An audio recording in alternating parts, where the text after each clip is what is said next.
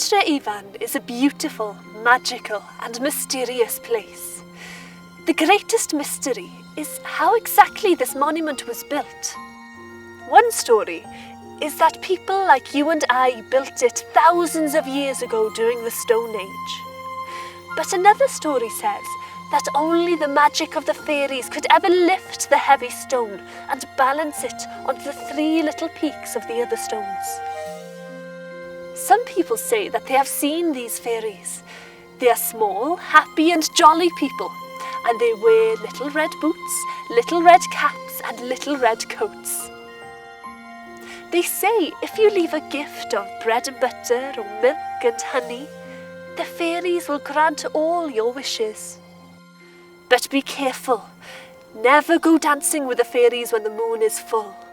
For if you do, you will start to hear their magical music and you'll start to dance and dance and dance and you won't be able to stop. And the fairies will take you by the hand and whisk you away to fairy world.